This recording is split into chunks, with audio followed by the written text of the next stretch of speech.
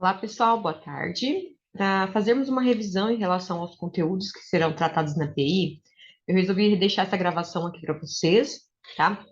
Os conteúdos da PI, eles serão teóricos, tanto da parte de comando, quanto de alguns conceitos de projeto. Então, vou relembrar um pouquinho sobre a parte dos comandos, bem básicos, né, que a gente viu aí em sala, e falar um pouquinho da parte de projeto, de aprovação, de itens obrigatórios, né, que a gente necessita em um projeto. Beleza? Bom, primeiramente, vamos falar um pouquinho dos comandos que nós temos aqui no Home, que é na parte de desenho, né, do Draw, que é o Line, né, que é para desenhar linhas. Então, o Line, ele faz linhas parciais, né, então ela faz trechos de linhas, então a cada vez que a gente vai clicando nos pontos, ele vai fazendo linhas parciais. Já o Polyline, ele faz linhas contínuas, né, então mesmo que a gente vá clicando nos pontos, a menos que a gente aperte o ESC, né? Aquela linha era uma linha contínua. Então, eu posso clicar 10 vezes, ela vai virar uma única linha com 10 pontos clicados, certo? Então, ela é interessante para que quando a gente quer trabalhar com umas linhas contínuas, né? De modo que a gente trabalhe com qualquer angulação, mas ela forme linhas contínuas. O Circle, né, ele faz circunferências, né, a partir de informações tanto de raio, quanto de diâmetro, quanto de 2 pontos, ou quando a gente determina 3 pontos. Também pode ser feita a partir de informações de tangente, radianos e raio, né? Não é tão comum a gente utilizar esses últimos itens, né? Normalmente a gente clica num ponto e digita o valor do raio, então quando eu ativar essa opção. Ou quando eu ativar a segunda opção, eu clico no centro e digito o valor do diâmetro, então ela vai me dar a circunferência. Ou a partir de 2 pontos, ou a partir de 3 pontos, tá? Já o arco, normalmente a gente usa aí para desenhar a parte das portas. Normalmente eu gosto de utilizar essa primeira opção, que a gente clica no início, no centro e o fim da porta. Então, o início, o centro e o fim da porta, e a gente consegue fazer essa abertura do nosso arco a partir de 3 pontos. E aqui a gente tem alguns polígonos, né? Tanto retângulo quanto polígono. O retângulo vai fazer somente retângulos, né? A partir de duas informações de base e altura. E o polígono, a gente escolhe o tamanho do polígono, né, a partir de 3 lados, e aí a gente consegue desenhar esse polígono propriamente dito, tá? Aqui a gente consegue desenhar elipses, né, a partir do centro, e aqui a gente tem basicamente o hatch, né, que são as nossas achuras, né, a nossa textura que a gente coloca nos desenhos, tá? Aqui ele traz em 3 opções, né, mas a gente pode entrar tudo dentro do hatch, e aí dentro do hatch a gente consegue achar todos os tipos, né, de achuras, tanto que nós temos aqui a achura texturizada, né, a achura com uma única cor sólida, ou a achura com gradiente, que a gente consegue variar cores, né? Eu posso criar essa textura de gradiente a partir de cores. Toda vez que a gente escolhe uma achura, é interessante que a gente sempre configure a escala dela, né? Então, para cada achura tem uma escala distinta que a gente deve ajustar ao desenho. E dependendo dessa achura, vamos pegar, por exemplo, uma achura de textura, né? Essa achura de textura aqui, por exemplo, ela tem essa posição. Mas caso a gente mude o ângulo aqui, né, coloque 45 graus, ela vai girar, tá? Ou, por exemplo, se a gente pegar essa dos tijolinhos e eu colocar aqui 90 graus, os tijolinhos, ao invés de ficar aqui na horizontal, eles vão ficar na vertical. E aí a gente tem que ajustar esse valor aqui, que ele está relacionado à escala desse desenho. Então, assim, para cada achura, a gente tem que fazer esse ajuste de escala. E aqui a gente também escolhe as cores. Nessas achuras de textura, nós podemos escolher apenas uma cor. Então, quando eu deixo apenas uma cor, somente essas linhas da textura terão cor. Ou quando a gente escolhe duas cores, ela vai escolher uma cor para fazer o fundo e uma cor para fazer a linha da textura, tá? Do gradiente, da mesma forma, a gente escolhe duas cores e a gente escolhe também os modelos de gradiente que a gente gostaria de escolher, tá? Então, tem várias situações aqui de gradiente.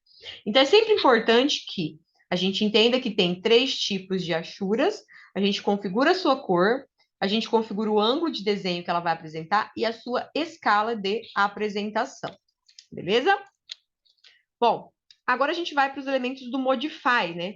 O Modify é que a gente tem elementos que vão auxiliar no nosso desenho. Então, o Move, né? Para mover. O Copy. Então, ó, o Copy ele tem essa simbologia. tá? Então, às vezes a gente está acostumado só a fazer o CO, né, de copy, mas ele tem essa simbologia. Então, a gente pega de um ponto e copia para o outro. Essa simbologia aqui é o chamado stretch. A gente não viu em aula ainda, tá? Mas ele tem a capacidade de esticar o nosso desenho. Então, por exemplo, se eu quisesse pegar essa parede aqui e esticar 1 metro dela, a gente consegue com esse comando chamado stretch. É claro que a gente não utilizou em sala ainda, mas é interessante já ter o conhecimento da funcionalidade dele. Aqui a gente tem o rotate, que ele vai rotacionar o nosso objeto. Sempre importante, caso a gente queira uma angulação precisa, ou a gente trabalha com o ortogonal ligado, ou a gente escolhe ângulos múltiplos, né, para fazer uma rotação mais precisa desse objeto. Aqui embaixo, né, parece um triângulo dividido ao meio, a gente tem o chamado mirror. O mirror nada mais é que a gente espelhar duas imagens. Então, eu tenho a imagem do lado, eu consigo espelhar ela para o outro lado, né? Ou para o lado de cima, ou para o lado de baixo, ou para a direita, ou para a esquerda, tá? O scale, que é aquele ajuste de escala que a gente realiza nos nossos desenhos, tá? O trim, que ele tem aquela função de aparar as pontinhas, tá? E aí, além do trim, a gente tem o extend. O extend vai estender as pontinhas para elas unirem. Então, se a gente deixa dois cantinhos distantes, né? A gente consegue estender essas linhas com dois pontos distantes, uma linha vertical e outra horizontal, a gente consegue estender elas. E o trim, ele vai aparar essas pontas, tá? Então, o extend, a gente vai ter uma linha na vertical e uma na horizontal. Então, se eu quero nessa da horizontal, ela chegue na da vertical, a gente usa o extend, tá? Aqui embaixo a gente tem o filet e o chamfer, tá? Esse aqui a gente não usou ainda, tá? Em outro momento eu vou explicar certinho qual é a funcionalidade dele. O chamfer, ele faz os cantos chanfrados, né? Ele faz um chanfrado no canto. O filet, ele vai unir pontas, tanto de forma arredondada ou formando ângulos de 90 graus, tá? Então, o filet tem essa função no nosso desenho. Esse comando aqui, que é o array, ele replica, né? Ele cria cópias de alguma imagem, né? Por exemplo, a gente quer fazer uma arquibancada, que são várias cadeiras repetidas. Então, a gente pode usar esse comando para ele criar várias cadeiras repetidas, né? Várias fileiras iguais, tá? Então, ele tanto pode ser no sentido retangular, quanto também no sentido circular, tá? Então, o array tem essa função. Aqui tem o Eras, ele tem a função como se fosse uma borracha, né? Na verdade, a gente usa mais o delete do que ele. O explode, para a gente explodir aqueles bloquinhos, né, de ambientes. E o offset, que a gente tem usado desde o primeiro dia de aula, né? Muito utilizado, é o deslocamento, nada mais é. Aqui a gente tem a parte das cotas, né? Então, a gente tem a cota. Então, o Jim Linear é essa cota linear que a gente utiliza muito nos projetos, tá? E a gente tem outros modelos de cota também, né? Tem as cotas angulares, que são essas, estão as cotas inclinadas, as cotas de elementos circulares, tá? E a parte de texto, a gente usa normalmente o multiline test, porque ele gera aquele tipo de texto que ele é mais fácil de ser formatado, que a gente consegue dar enter. Aqui a gente tem toda a parte de configuração de layers, tá? Onde a gente abre suas propriedades, classifica as layers, tanto pela cor, quanto pelo estilo da linha, quanto pela espessura da linha. Aqui a gente pode deixar ligada ou não essa layer. A gente pode configurar se aquela layer é só uma linha de base, se ela precisa ser, se ela pode sair na impressão ou não. Então, quando a gente desliga a impressão, ela não aparece na impressão, tá? Aqui a gente também tem a parte das propriedades da layer, tá? Então, são informações mais básicas que a gente já tem utilizado. No Annotate, a gente tem toda a parte aqui de configuração, não só dos textos, né? O multiline teste, quanto a parte das cotas, que a gente faz aquele processo de criação das cotas, tá? Relembrando aqui na parte inferior, a gente tem o ortogonal, né? A gente tem a parte de configuração de ângulos, né? E o principal, né, pessoal, é a parte do Object Snap, que eu sempre oriento vocês que isso daqui é de extrema importância ficar ligado sempre a esses principais comandos para facilitar a parte de desenho de vocês aí, beleza? Bom, falando um pouquinho agora sobre a parte de projeto, né? de algumas considerações até normativas que são interessantes, né, a vocês. Eu vou abrir aqui um pouquinho o projeto rápido para a gente falar um pouco sobre ele. Então, o projeto rápido é o projeto inicial aí que a gente usa para a parte de aprovação de projetos na cidade. E a primeira coisa que é interessante a gente saber num projeto é que quando a gente tem um terreno, é de extrema importância. Deixa eu ampliar um pouquinho. É de extrema importância que a gente tenha algumas informações básicas para apresentar ao nosso cliente, quando a gente começa a fazer essa concepção de projeto, tá? Então, a primeira concepção de projeto é a gente entender que dessa área total do terreno, nós temos um máximo que pode ser construído, tá? E esse máximo, ele é um valor para comercial e um valor para residencial. Então, num terreno residencial, a taxa máxima que a gente pode construir é 60%. E num terreno comercial é 80%. E dessa área que sobrou aqui sem realizar nenhum tipo de construção, nós temos que ter, no mínimo, 20% de permeabilidade, tanto para comercial quanto para residencial. Beleza? Outro detalhe importante é que quando a gente vai construir uma edificação residencial, ela não é grudada aqui na frente, na divisa do terreno. A gente tem que ter um recuo, tá? Então, quando é um terreno de meio de lote, né? Então, é um terreno no meio do lote. A gente tem que ter um recuo no mínimo de 5 metros na frontal, tá? Agora, se for um terreno de esquina, a gente tem que ter um recuo frontal de 5 metros de um lado e 2,5 do outro lado, beleza? Então, essas são algumas informações básicas aí na parte de terreno, tá, pessoal? Deixa eu pegar uma outra imagem aqui.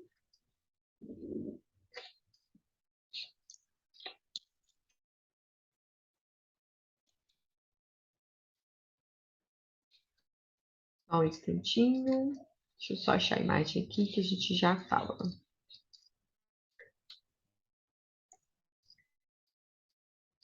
Deixa eu só procurar elas aqui.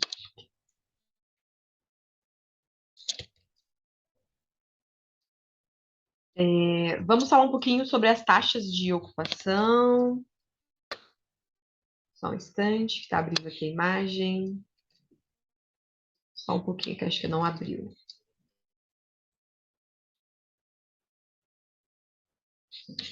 Só um instante, tá, pessoal? Deixa eu localizar aqui a imagem.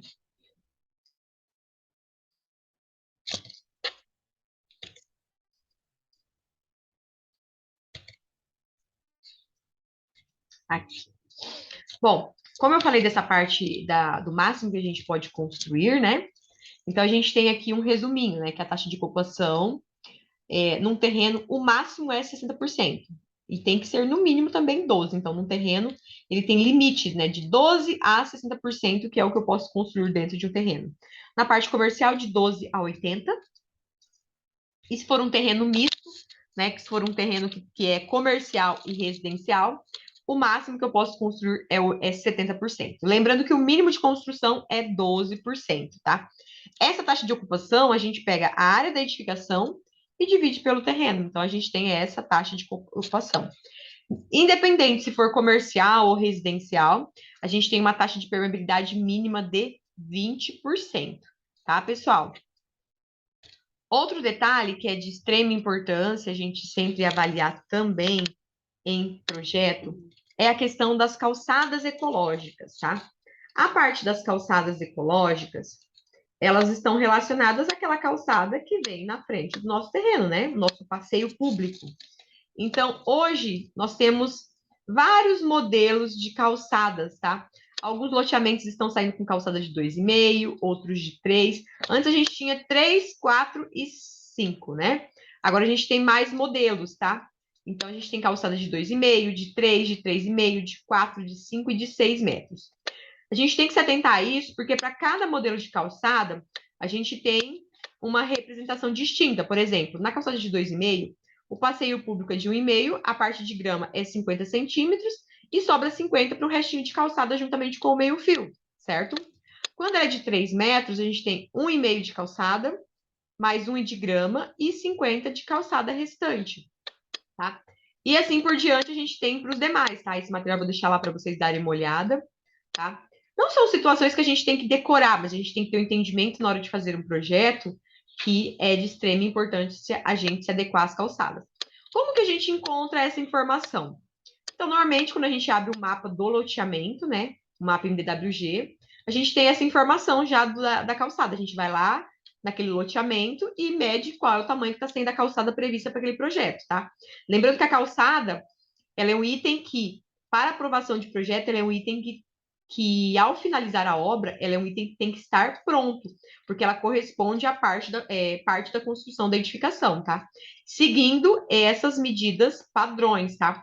Então, esse intuito aqui das medidas padrões das calçadas é para que a gente tivesse sempre uma continuidade da calçada do vizinho, com a sua, com a do outro vizinho. Então, para que cada um não fizesse a sua, e sim tenha-se um modelo padrão de calçadas, tá? Outro ponto importante, a gente vai falar um pouquinho aqui sobre. Deixa eu só voltar. A parte do código de obras.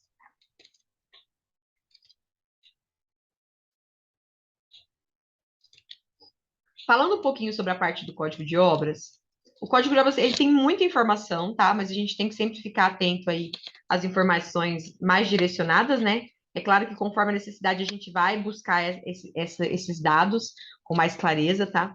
Então, vamos aí primeiramente para algumas informações bem simples, né?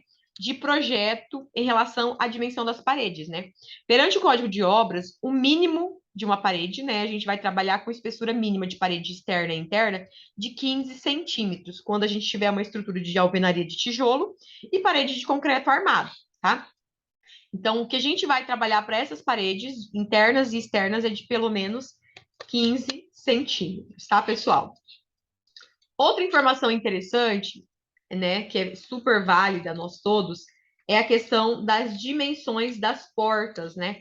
Então, as portas de entrada principal das edificações, elas têm que ter aí 80 centímetros, tá? Para as portas principais. Quando for uma habitação com até 3 pavimentos, a porta principal de entrada tem que ter 1,10, tá? E com mais de 3 pavimentos, ela tem que ter 1,40 de abertura. Então, pensa num prédio, num sobrado, né? De até 3 pavimentos, a gente tem que ter uma porta de entrada de 1,10. Se ela tiver mais de 3 pavimentos, ela tem que ter de 1,40. E se for uma porta de casa mesmo, né, térrea, é no mínimo 80 centímetros essa questão das aberturas, tá? Para as portas de acesso à edificação, térrea, sala e cozinha, sempre se orienta que no mínimo seja de 80 centímetros, tá? Normalmente a gente adota sempre portas da casa, no modo geral, de 80 e só do banheiro de 70, mas a normativa permite que a gente use no banheiro até de 60. Mas por uma questão de facilidade, né, até de maior ergonomia, né, de tranquilidade nos espaços, a gente padroniza normalmente as portas de 80, as portas de usos gerais nas edificações térreas, no mínimo, e 70 para do banheiro, tá?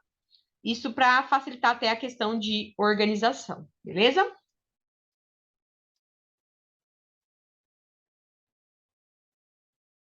Outro ponto bastante importante que a gente sempre deve se considerar nos projetos é a parte das iluminações, tá?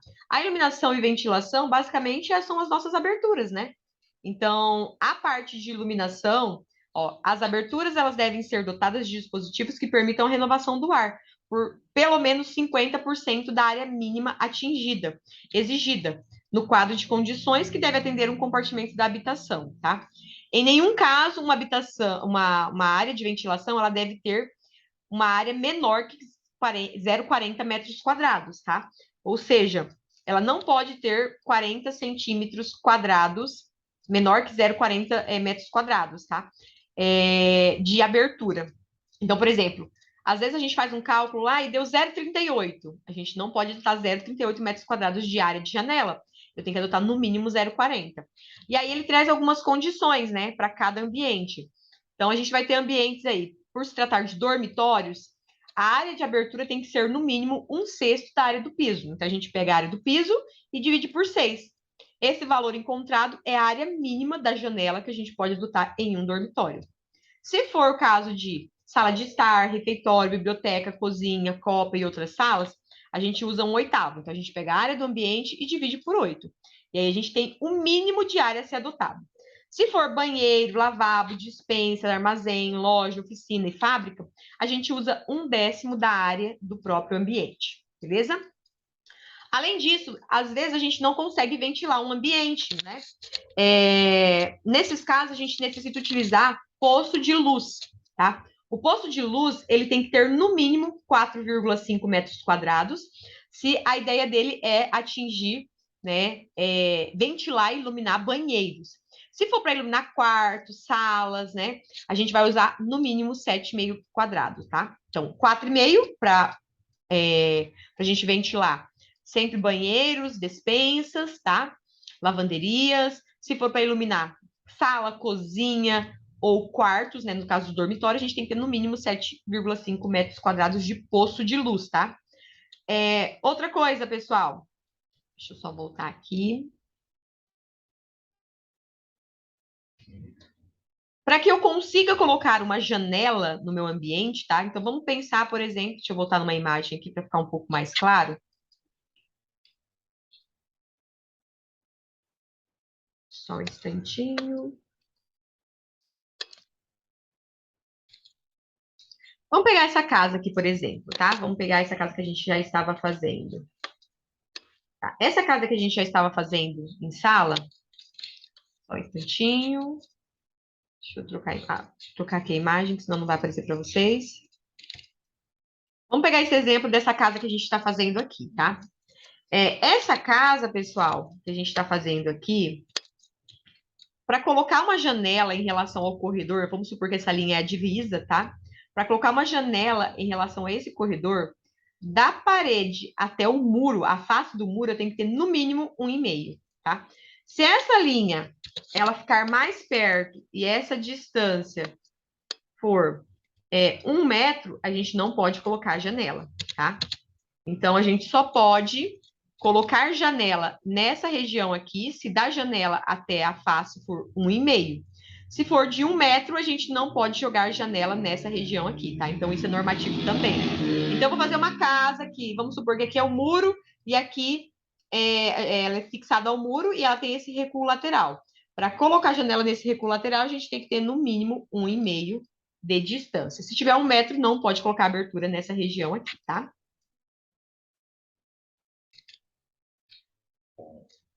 Posto de luz, como eu refrisei para vocês, né, ele vai ter essa função de iluminação e ventilação do meu compartimento. Então, a gente tem que usar 4,5 para questões de despensa e banheiro e 7,5 para os demais ambientes, beleza? Vou pegar alguns pontos. Já comentei anteriormente com vocês, né, sobre as questões de dimensões mínimas, né, dos ambientes. Então, o primeiro quarto tem que ter no mínimo 9 metros quadrados, o segundo 7,5 e o próximo no mínimo 9. A dimensão mínima da sala, a dimensão mínima de banheiro, de cozinha e de área de serviço, tá? Então, assim, uma casa tem que ter, no mínimo, um dormitório, uma sala com cozinha, que pode ser conjugada, desde que a área das duas somadas, né, dê esse valor mínimo. Então, assim, eu vou fazer sala e cozinha conjugada, então eu tenho que ter 9 metros da sala, mais 3 da cozinha. Então, eu tenho que ter um total de 12 metros quadrados. Tem um mínimo para banheiro e tem que ter também uma área de serviço. Isso é um mínimo de uma edificação, tá, pessoal?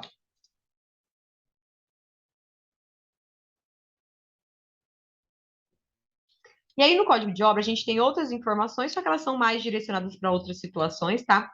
No caso aqui do básico que a gente está vendo, basicamente é isso que a gente precisa, tá? Na hora de a gente fazer essas avaliações.